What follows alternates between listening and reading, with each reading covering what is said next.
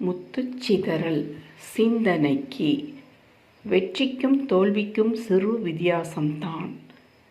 கடமையைச் செய்தால் வெற்றி, கடமைக்குச் செய்தால் தோல்வி. வெற்றிக்கும் தோல்விக்கும் சிறு வித்தியாசம்தான். கடமையைச் செய்தால் வெற்றி, கடமைக்குச் செய்தால் தோல்வி. சிலர் தங்கள் வேலைகளைச் செய்யும் பொழுது கண்ணும் கருத்துமாக செய்வார்கள். கருமமே கண் ஆயிரம் என்றும் சொல்வார்கள். செய்யும் தொழில் தெய்வம் என்றெல்லாம் சொல்வார்கள். இவ்வாறு கடமையை நன்கு செய்வதால் அவர்களுக்கு வெற்றி மேல் வெற்றி கிடைக்கிறது.